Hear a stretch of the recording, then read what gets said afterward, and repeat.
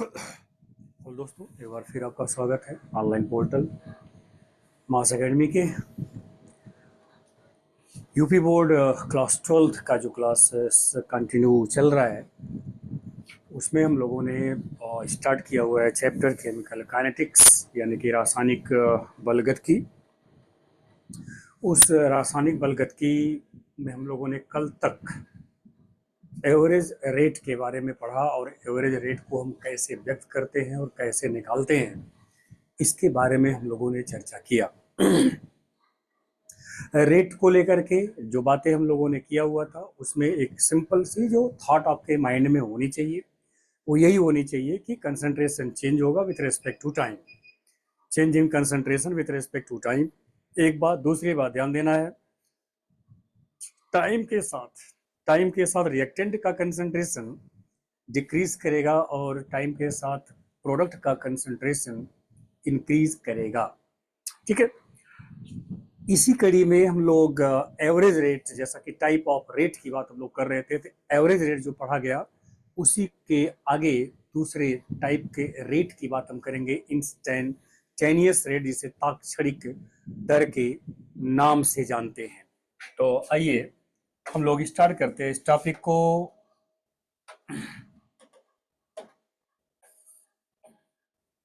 Instantaneous rate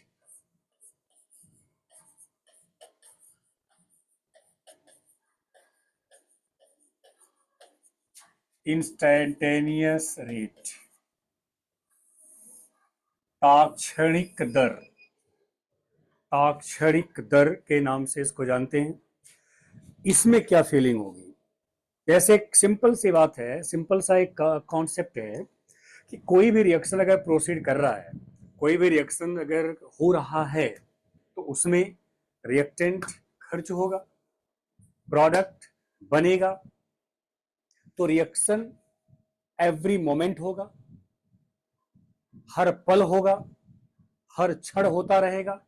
इसका मतलब कि रिएक्टेंट और प्रोडक्ट के मोलर कंसंट्रेशन में हर पल परिवर्तन होगा। इसका मतलब अति सूक्ष्म समय में भी परिवर्तन होगा। तो अति सूक्ष्म समय में अभिकारक या उत्पाद के मोलर सांद्रता में हुए परिवर्तन को इंस्टेंटेनियस रेट कहते हैं। फिर सुन ले, मैंने क्या बोला? अति सूक्ष्म समय में अभिकारक या उत्पाद के मोलर सांद्रता में हुए परिवर्तन को अभिक्रिया की तात्क्षणिक दर कहते हैं, अर्थात इंस्टेंटेनियस रेट कहते हैं। तो इसको आप परिभाषित कर सकते हो, अति सूक्ष्म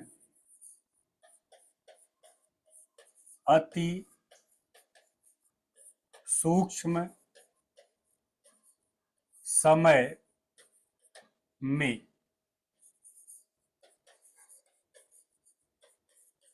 अभिकारक या उत्पाद के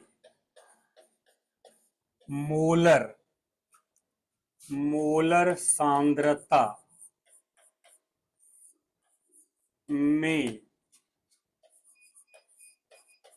हुए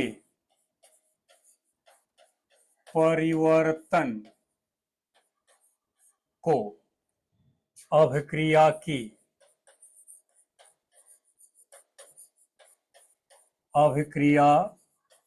की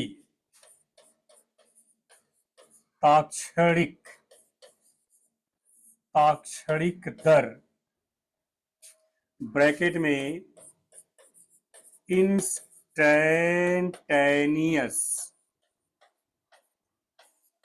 इंस्टेंटेनियस रेट कहते हैं।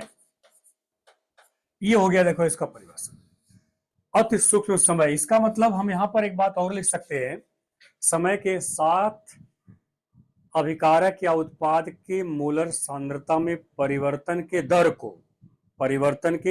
को इंस्टेंटेनियस रेट अर्थात तात्क्षणिक दर कहते हैं। या यहां लिखा जा सकता है, या समय के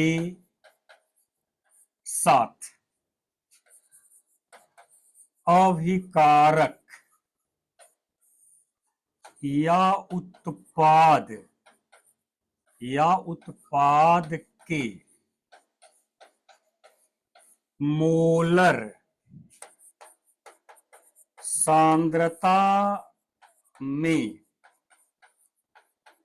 परिवर्तन की दर को ताक्षणिक दर कहते हैं। ताक्षणिक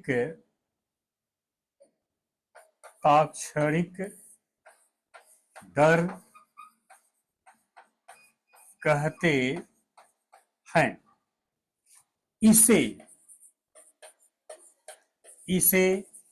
dx अपॉन dt द्वारा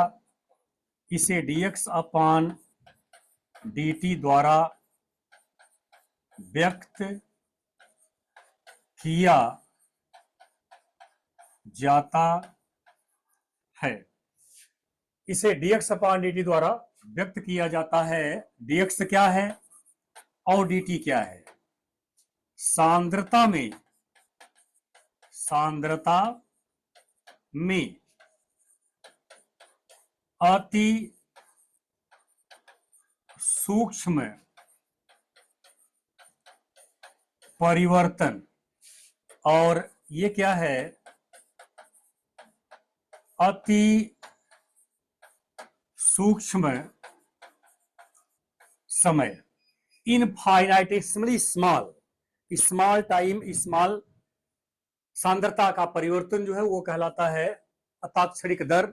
अर्थात आप ये कल्पना ये रखेंगे, जो फील आपके पास होगा, जो फीलिंग होगी, तो यही होगा कि हर पल अभिकारक या उत्पाद के सांद्रता में जो परिवर्तन होता है, उस परिवर्तन को हम सभी लोग अभिक्रिया के इंस्टेंटेनियस रेट या ताक्षणिक दर कहते हैं। जैसे अगर मैं कहूं कि हमारे पास a प्लस बी, या सामान्यतः पहले आप इसको ले लीजिए, a आपका बनाता है p, या मैं यहां कर दिया r आपका बनाता है क्या? p। ठीक है, r p में बदल रहा है। ये r क्या है? इसे आप कहोगे ये रिएक्टेंट है, और p क्या है? ये हो गया हमारा प्रोडक्ट। ठीक है, अब ऐसे परिस्थिति में यदि हम इंस्टेंटेनियस रेट अर्थात ताक्षणिक दर की बात करें, तो यहां पर इंस्टेंटेनियस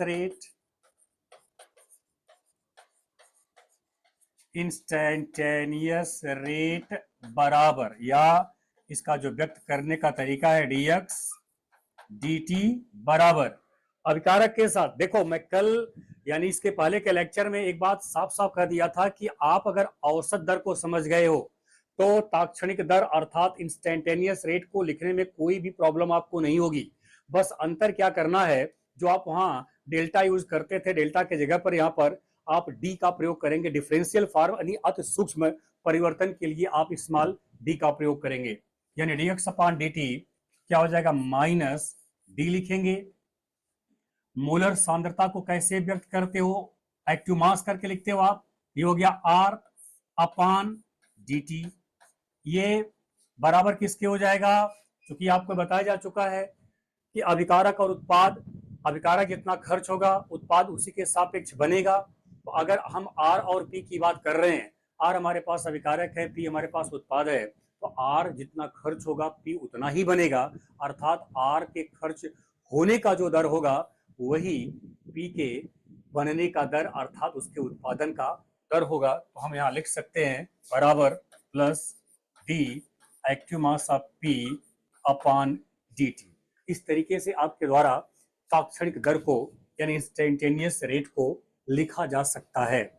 अब आपसे पूछा जाए कि यह क्या बता रहा है, इतना क्या बता रहा है, तो आप बताएंगे अभिकारक के खर्च होने का दर है।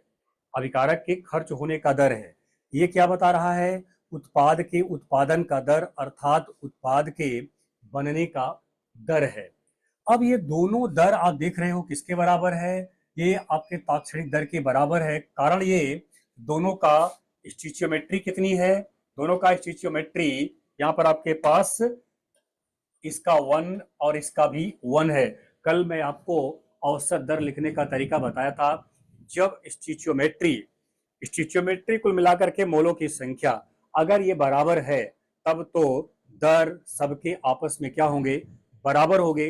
अन्यथा तब आप क्या करोगे, सबके दर को उसके स्टिचियोमेट्री से आप भाग दे देंगे, अर्थात उसके मोलों की संख्या से भाग दे देंगे और आपको मिल जाएगा वास्तविक अभिक्रिया की दर। तो यदि हम बच्चों अगर इंस्टेंटेनियस रेट, एक एग्जांपल मैं करा देता हूं क्योंकि एवरेज में मैंने पूरा का पूरा अच्छा खासा कराया हुआ है।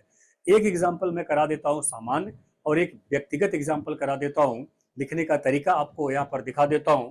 जैसे अगर मैं कहूं कि हमारे पास ए ये अभिक्रिया हो रही है और यहाँ सी और ये डी ये अभिक्रिया है, मतलब ए का स्टिचियोमेट्री क्या है, स्मॉल ए है, बी का स्टिचियोमेट्री क्या है, स्मॉल बी है, सी का स्टिचियोमेट्री क्या है, स्मॉल सी है, डी का स्टिचियोमेट्री आपका स्मॉल डी है। ठीक है, अगर ये है तो अब आप लिख सकते हो क्या, dx अपान dt बराबर माइनस, ठीक, 1 upon A D active mass of A upon dt बराबर होगा minus 1 upon B D active mass of B dt बराबर plus 1 upon C D C D T is equal to plus 1 upon D upon D T. देखो ये तात्क्षणिक दर या instantaneous rate को लिखने का तरीका आपके सामने आ गया। अब अगर इसी को हम सभी लोग एक व्यक्तिगत एग्जाम्पल पर लेकर आए और उस पर लिखा जाए, ये सब एग्जाम्पल हम करा चुके हैं, बस वहां पर हम लोगों ने क्या लिया था, औसत दर को व्यक्त किया हुआ था, लिखने के तरीके में कोई अंतर नहीं आए। तो अब क्या होगा, यहाँ dx upon dt, dx upon dt, यहाँ पर स्टिचियोमेट्री कितनी है, 1 है, यहाँ पर 3 है, यहाँ पर 2 है। ठीक है, तो अब हम क्या लिखेंगे, माइनस 1 बाई 1 यानी 1 हो जाएगा, तो D N 2 by D T बराबर minus 1 by 3 D H 2 upon D T बराबर plus 1 by 2 D N S 3 और आपका ये डी टी। इस तरीके से आप सभी लोग किसी भी इंस्टेंटेनियस रेट को व्यक्त कर सकते हो। ठीक है, ये बात मैं बहुत ज्यादा अब यहाँ पर समय आपका नहीं लूंगा क्योंकि एवरेज में मैंने सब बातें आपको मोस्टली बता दिया है। अब एक पॉइंट ऑफ डिफरेंस जो है एवरेज और इंस्टेंटेनियस के कैलकुलेशन को लेकर के या मेजरमेंट को लेकर के है, ग्राफ के द्वारा हम औसत दर को कैसे निकालते हैं इसके बारे में मैंने आपको ग्राफ खींच करके बताया।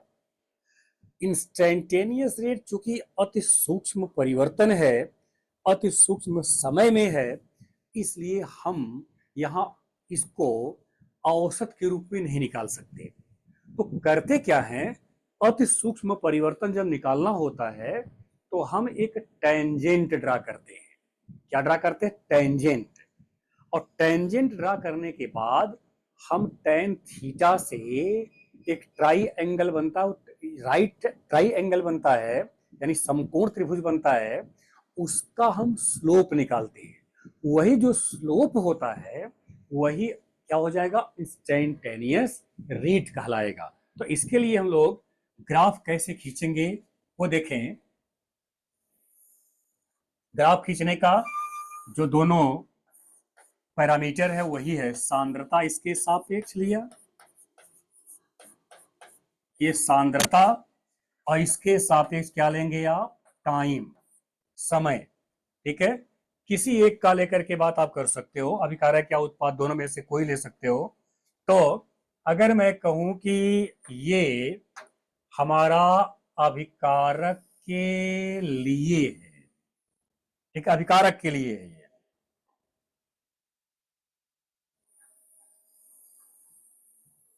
ये अभिकारक के लिए है।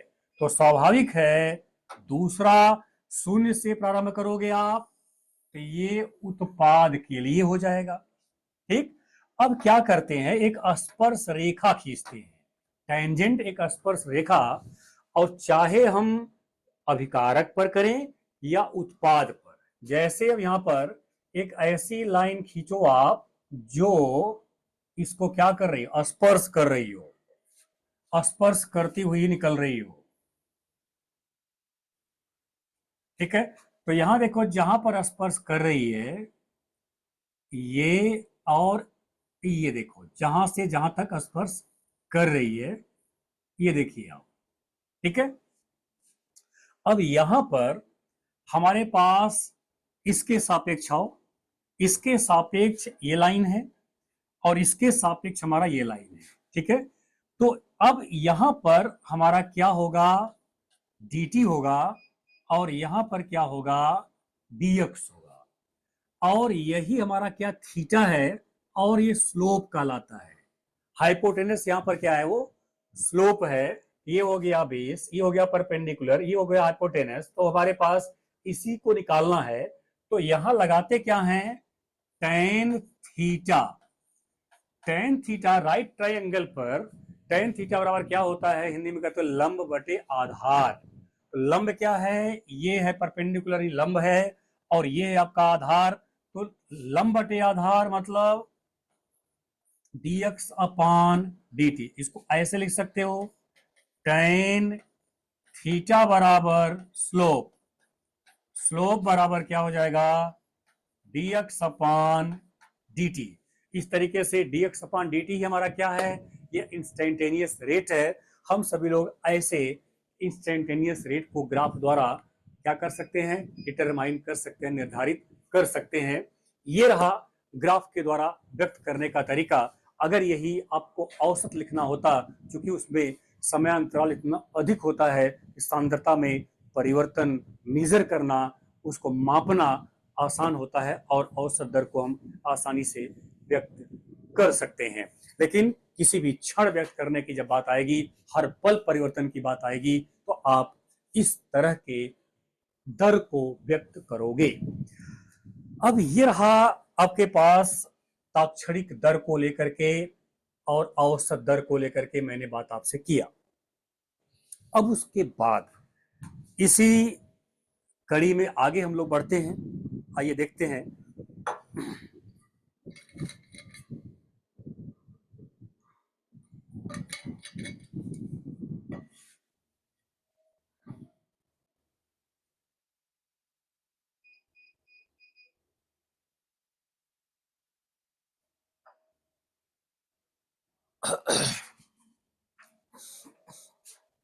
अब इस कड़ी में हम लोग पहले यूनिट ऑफ रेट निकालेंगे, यानी दर का मात्रक। दर का मात्रक, unit of rate, unit of rate की बात करेंगे। ठीक है, कुछ नहीं है, देखिए अभिक्रिया, ये पढ़े हैं क्योंकि बस डायरेक्ट लिखो ना आपको। अभिक्रिया की दर बराबर क्या लिखते हो आप, सांद्रता में परिवर्तन डिवाइडेड बाई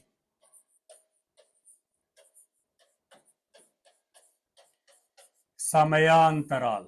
ठीक है, समयांतराल और सांद्रता, परिवर्तन किसमें हो रहा है, सांद्रता में हो रहा है या मूलर सांद्रता में हो रहा है। ठीक है, तो अब आप इधर का मात्रक क्या हो जाएगा, मूलर सांद्रता का मात्रक क्या होता है, मोल पर लीटर होता है। मोलर सांद्रता का मात्रक मोल पर लीटर होता है। तो ऊपर वाला भाग क्या हो गया, मोल पर लीटर, नीचे क्या हो गया आपका, सेकंड हो गया। तो लिखोगे क्या, मोल पर लीटर पर सेकेंड, या 60 में लिखते हैं मोल पर लीटर पर सेकेंड। यही होता है अवक्रिया के दर का मात्रक, मोल पर लीटर पर सेकेंड अवक्रिया के दर का मात्रक यही होता है। ठीक है, अब आइए इसके बाद जो हमारा टॉपिक है वह है द्रव्य अनुपाती क्रिया का नियम।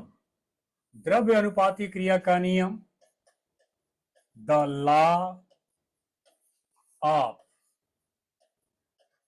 मास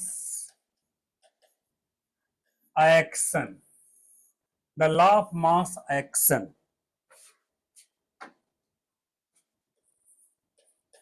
इस नियम का प्रतिपादन, इस नियम का प्रतिपादन गोल्डबर्ग तथा वागे नामक वैज्ञानिकों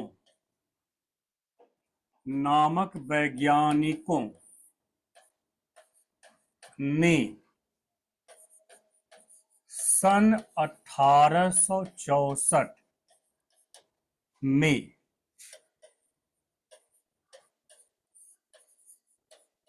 किया था। ये तो मैंने आपको एक बता दिया कि कौन वैज्ञानिक जो है इसको दिया था, लेकिन इस बच्चों देखो ये होता क्या है। हम अक्सर बात करते हैं सक्रिय द्रव्यमान की, एक्टिव मास की। ठीक है, अब ये नियम कहता क्या है कि किसी पदार्थ के क्रिया करने की दर उसके सक्रिय द्रव्यमान के समानुपाती होता है, तथा किसी रासायनिक अभिक्रिया की दर अभिकारक के सक्रिय द्रव्यमानों के गुणनफल के समानुपाती होता है, जिसमें अभिकारक के मोलर सांद्रताओं का उपयुक्त घात उपस्थित होता है, और वो घातांक सामान्यतः उनके मोलों की संख्या के बराबर होता है। वह घातांक सामान्यतः उनके मोलों की संख्या के बराबर होता है। तो अब यहां पर बात आपको ध्यान क्या रखनी है कि ताप स्थिर होगा और किसी पदार्थ के क्रिया करने की जो दर है, यानी किस दर से वो रासायनिक अभिक्रिया में भाग ले रहा है, वह निर्भर होता है उसके सक्रिय द्रव्यमान पर। हम द्रव्य अनुपाती क्रिया नियम की बात कर रहे हैं। तो स्थिर ताप पर किसी पदार्थ के क्रिया करने की दर उसके सक्रिय द्रव्यमान के समानुपाती होता है, तथा किसी रासायनिक अभिक्रिया की दर अभिकारकों के मोलर सांद्रताओं के, यानी सक्रिय द्रव्यमानों के गुणनफल के समानुपाती होता है, जिसमें अभिकारकों के मोलर सांद्रताओं के उपयुक्त घातांक उपस्थित होते हैं, जो उनके मोलों की संख्या के बराबर होते हैं। जो मोलों की संख्या के बराबर होते हैं, अर्थात स्टिचियोमेट्री के बराबर होते हैं। तो अब यहां पर अगर हम इस नियम को लगाएं तो पहले लिख लिया जाए तो उदाहरण समझा जाएगा। फिर इस नियम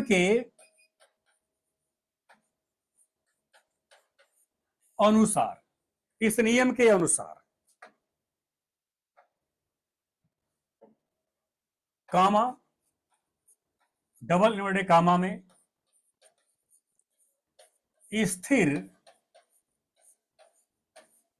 ताप पर, फिर कामा लगा देंगे, स्थिर ताप पर किसी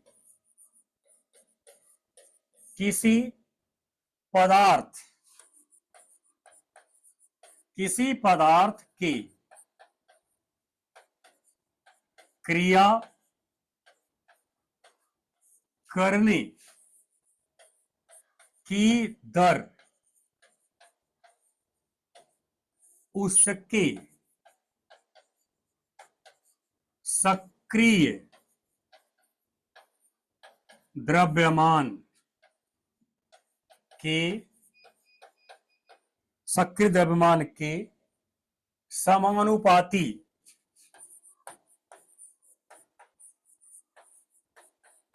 समानुपाती होता है तथा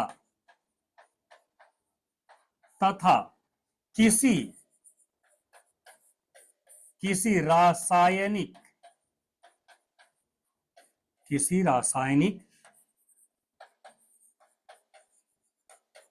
अभिक्रिया की दर अभिकारकों के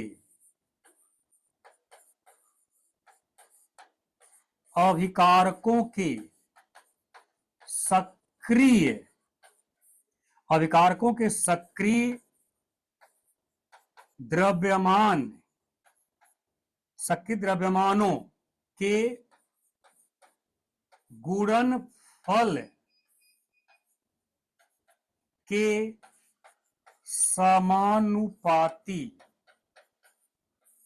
समानुपाती होता है, जिसमें अभिकारकों के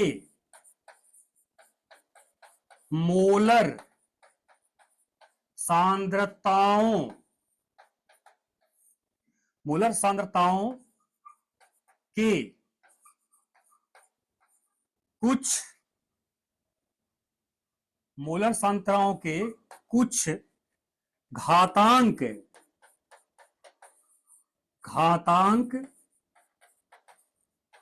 उपस्थित होते हैं, जो सामान्यतः उनके मोलों की संख्या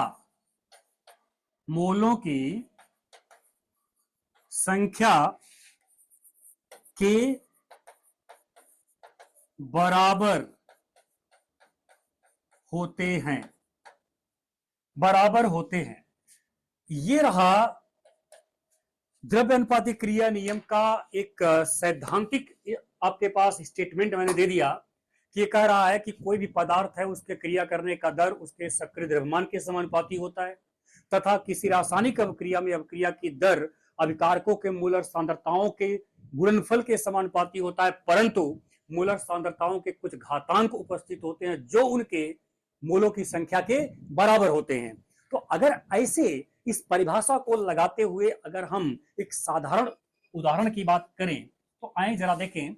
अगर मैं कहूं कि मेरे पास ये है आर और ये बदल रहा है, किसमें पी में बदल रहा है, आर अभिकारक पी उत्पाद, तो द्रव्य अनुपाती क्रिया नियम के अनुसार अगर लिखना हो हम यही लिखेंगे, अभिक्रिया की दर proportional active mass of R या अभिक्रिया की दर बराबर स्मॉल के एक्टिव मास ऑफ आर। ये हो गया आपका। यहां पर के को हम सभी लोग वेग स्थिरांक के नाम से जानते हैं, आगे बात करेंगे हम।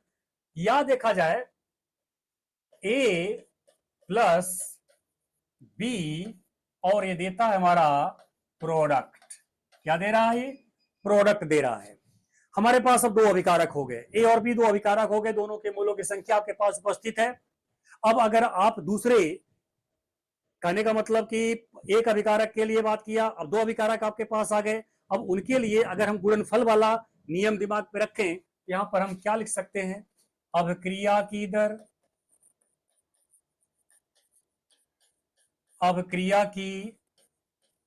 दर प्रोपोर्शनल क्या होगा? ए का एक्टिव मास के पावर ए, बी के एक्टिव मास के पावर बी। मोलों की संख्या उनका घातांक हो जाएगा, मोलों की संख्या उनका क्या हो जाएगा, घातांक हो जाएगा, या फिर अवक्रिया की दर बराबर फिर वही स्मॉल के एक्टिव मास ऑफ ए के power A active mass of B के पावर बी, जहां जहां के वेग नियतांक है, जहां के वेग नियतांक है। ठीक है, ये आपका द्रव्य अनुपाती क्रिया नियम के अनुसार हम लोगों ने बात किया। लेकिन बच्चों अब यहां पर थोड़ा सा आगे मैं इस बात को फिर एक्सप्लेन करूंगा, लेकिन याद रखना सक्रिय द्रव्यमान और वास्तव में मोलर सांद्रता में थोड़ा अंतर होता है। सक्रिय द्रव्यमान का शब्द हम प्रयोग तब करते हैं कि पूरे मोलर सांद्रता का वह भाग जो वास्तव में अभिक्रिया में भाग लेता है, जो वास्तव में अभिक्रिया में भाग लेता है वो आपका कहलाएगा एक्टिव मास। ठीक है, पूरी पूरी सांद्रता वह अभिक्रिया में भाग नहीं लेती है, कुछ ही सांद्रता अभिक्रिया में भाग लेती है, अर्थात अभिकारक के कुछ ही मोल अभिक्रिया में भाग लेते हैं, जितने भाग लेते हैं उनको हम सक्रिय बोलेंगे। तो सक्रिय द्रव्यमान का शब्द हम वहीं पर प्रयोग करते हैं जितना सांद्रता अभिक्रिया में भाग लेती है, उसी की बात की जाती है। ये दिमाग में रखिएगा, आगे हम बात करेंगे अभी। अब देखिए, जब वेग स्थिरांक की बात आपने कर लिया, वेग नियतांक आपके सामने आ गया, तो अब इसी वेग नियतांक का कभी कभी एक नंबर का क्वेश्चन पूछता है कि वेग नियतांक का परिभाषा लिखिए। तो वेग नियतांक का परिभाषा लिखिए, वेग नियतांक का लक्षण लिखिए। तो वेग नियतांक का लक्षण आप कैसे लिखोगे? तो पहले आओ हम वेग नियतांक की ही बात करते हैं। वेग नियतांक,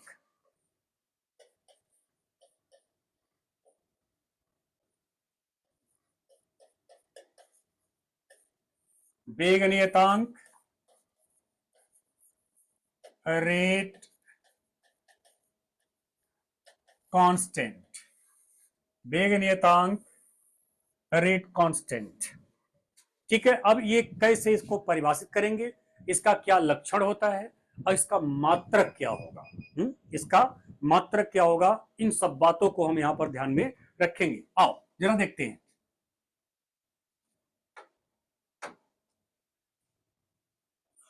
आर हमारा बदला किसमें, पी में। आर हमारा पी में बदल रहा है, और मैं यहां पर लिखूं द्रव्य अनुपात क्रिया नियम के अनुसार अभिक्रिया की दर प्रोपोर्शनल टू क्या लिखेगा जी, एक्टिव मास ऑफ आर लिखेगा। द्रव्य अनुपात क्रिया नियम लगाया, एक्टिव मास ऑफ आर लिखा। अब यहां इसके मूलों की संख्या 1 है, तो यहां पावर 1 हो गया। तो ऐसी स्थिति में अब अगर मैं ये लिखूं अभिक्रिया की दर बराबर के एक्टिव मास ऑफ आर, के क्या है, वेग नियतांक है, के वेग नियतांक है, के वेग नियतांक है। ठीक है, अब बच्चों शर्त लगा दो, यदि एक्टिव मास ऑफ आर बराबर 1 हो जाए, 1 मोल पर लीटर, एक्टिव मास क्या हो जाए, एक्टिव मास 1 हो जाए। यदि एक्टिव मास 1 हो जाए तो जरा आप गणितीय रूप लगाओ यहां पर, तब तब क्या हो जाएगा, अभिक्रिया की दर बराबर क्या, के। यहां के का परिभाषा आ गया, के किसके बराबर है, अभिक्रिया की दर के बराबर है। कब है, जब अभिकारक की मोलर सांद्रता क्या हो जाए, एकांक हो जाए। मोलर सांद्रता क्या हो जाए, 1 मोल पर लीटर हो जाए। फिर सुन लो, के अर्थात वेग नियतांक किसके बराबर, अभिक्रिया की दर, अभिक्रिया की दर नियतांक, अभिक्रिया की दर नियतांक मतलब अभिक्रिया की दर क्या हो गई, स्थिर।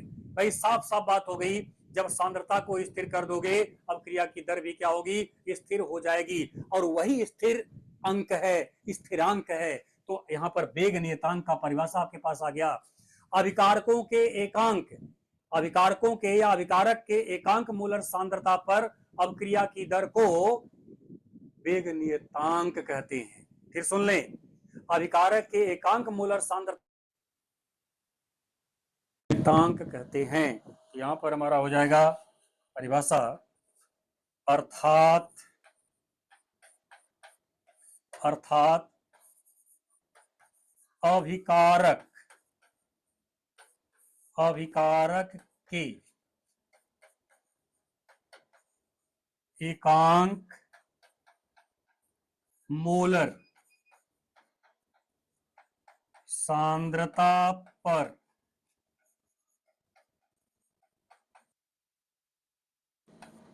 अभिक्रिया के दर को वेग नियतांक कहते हैं। चूंकि यहां कंडीशन हो गया ना, स्पेसिफिक हो गया ना, यहां विशिष्ट हो गया कंडीशन। भाई आपने अभिकारक के मोलर सांद्रता को क्या कर दिया, एक कर दिया, यानी परिस्थितियां आपने क्या लगा दिया, स्पेसिफिक कर दिया, विशिष्ट कर दिया, इसलिए इसे हम विशिष्ट अवक्रिया की दर भी कहते हैं। विशिष्ट अवक्रिया की दर यानी वेग नियतांक को विशिष्ट अवक्रिया की दर या विशिष्ट या स्पेसिफिक रेट कांस्टेंट भी कहा जाता है। अर्थात अब यहां कह सकते हो इसे विशिष्ट अभिक्रिया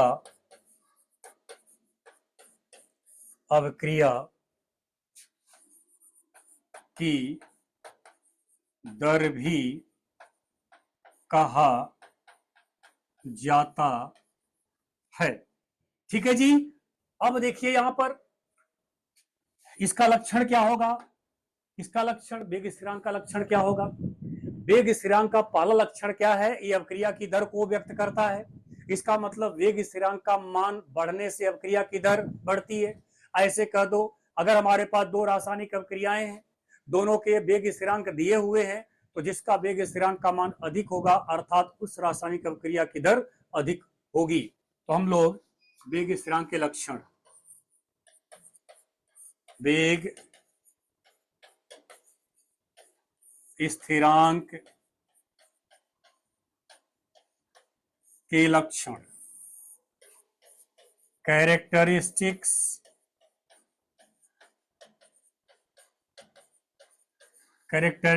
of rate constant, characteristics of rate constant, वेग स्थिरांक के लक्षण।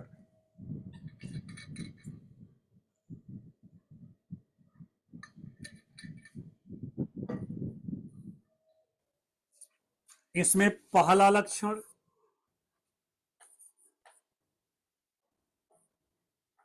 यह अभिकारक के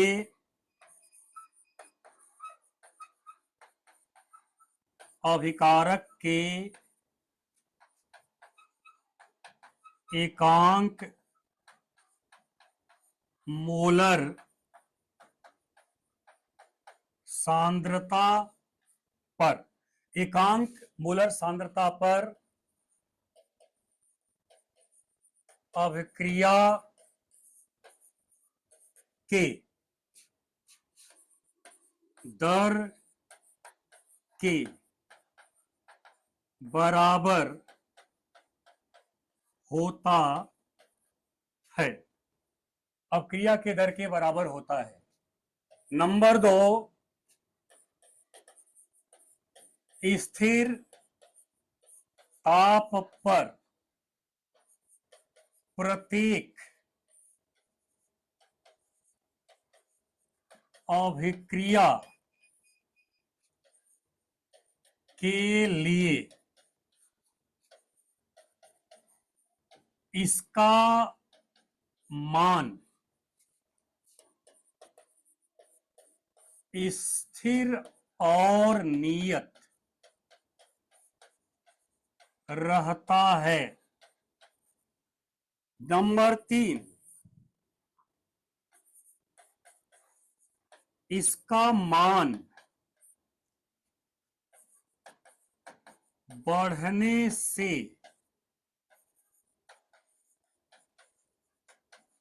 अभिक्रिया की दर बढ़ती है, क्योंकि ये अभिक्रिया का दर ही तो है। अभिक्रिया की दर बढ़ेगी, इसका मान भी बढ़ेगा, इसका मान बढ़ेगा, अभिक्रिया का दर बढ़ेगा, यानी इसका मान अधिक होगा, अभिक्रिया का दर भी अधिक होगा। अब उसके बाद नंबर 4, इसका मान बढ़ने से अभिक्रिया की दर बढ़ती है, इसका मान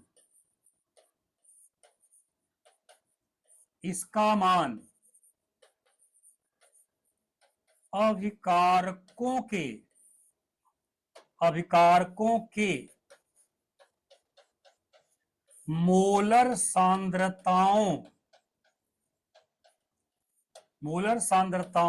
पर निर्भर नहीं होता है। नंबर 5, इसका मान ताप पर निर्भर होता है, इसका मान ताप पर निर्भर होता है, इसका मान ताप पर निर्भर होता है। ठीक है, अब ताप पर निर्भर होता, उसके बाद अब छठी बात हम कर लेते हैं, इसका एक हेडिंग के सापेक्ष मात्रक।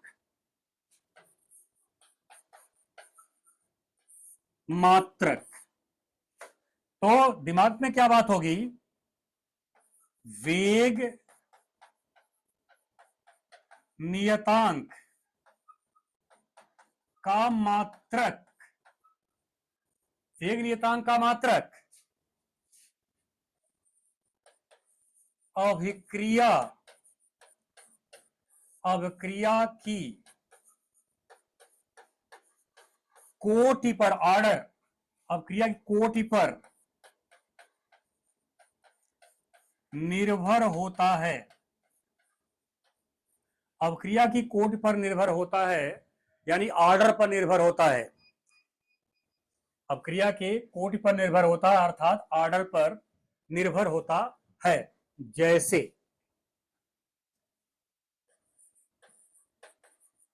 शून्य कोटि